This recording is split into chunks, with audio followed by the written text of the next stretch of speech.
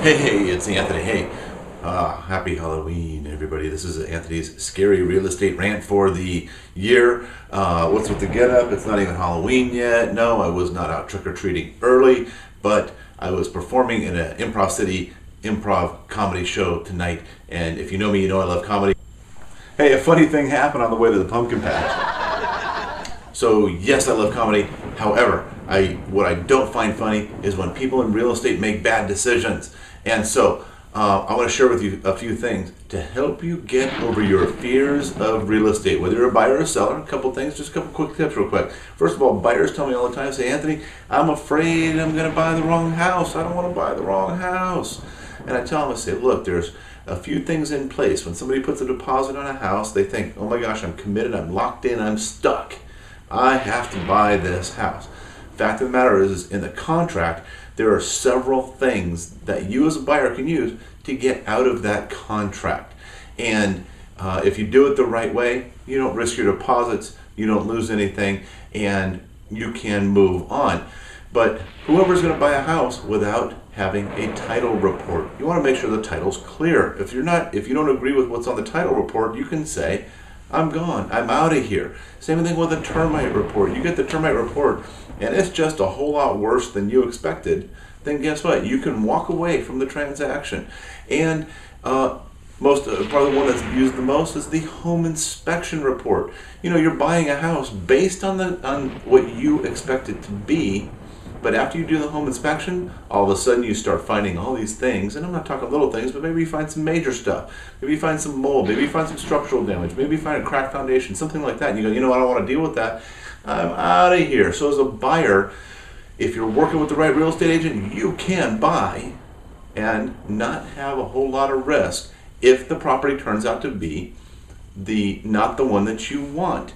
Work with the wrong agent, well, you could end up like a zombie. I don't know, whatever, you know. Okay, so what sellers are afraid of is they say, you know what, I'm afraid that I'm going to sell for too little. I'm not going to ask enough for my house. So what they end up doing is they end up pricing themselves too high, which makes their home unappealing to a lot of potential buyers that would pay a reasonable price for your house. So your better strategy is to price it below the other competition. Because if there's 10 houses on the market and those 10 houses are all basically the same, then it's a buyer just going, well, eeny, meeny, miny, mo, catch a tiger by the toe, and they pick one, and the odds of them picking yours are pretty slim. However, if you're below the market and you get all the attention of all the other buyers, even the ones that are looking at the other 10 houses are looking at your house, all of a sudden you create excitement, you create frenzy, and that will drive the price up to where it's supposed to be because now you have all of the attention. So what if you price your home for $1?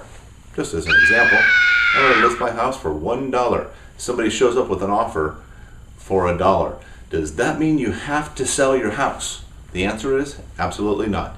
Because in the purchase agreement, there are multiple terms that have to be agreed to beyond just the price. And so you might get an offer that says, we want to pay the dollar that you're asking for. But here's all the other terms. It includes financing terms, it includes inspection terms, it includes other type of contingencies and things like that that are in place. And you have the ability just to say, no, never mind, we're not going to accept that. When a market is down, you have to be aggressive in your pricing strategy. Hey, if you're thinking about buying, you're thinking about selling, reach out to me. Give me a tweet. Like me on Facebook, send me an email, give me a call directly. That's probably the best way to get a hold of me. Subscribe to us on YouTube on this channel that you're watching right now. So hit the subscribe button. All that good stuff, you know, Yelp us, everything, okay? And stay in touch with what's going on in real estate. Hey, I'm Anthony Nitz. Thanks for watching, and I'll see you next time.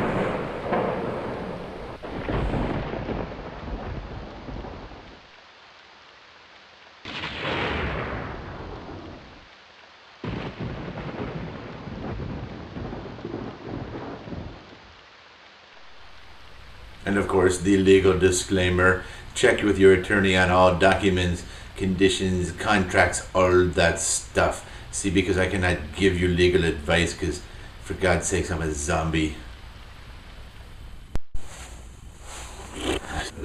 don't sit down. Yeah.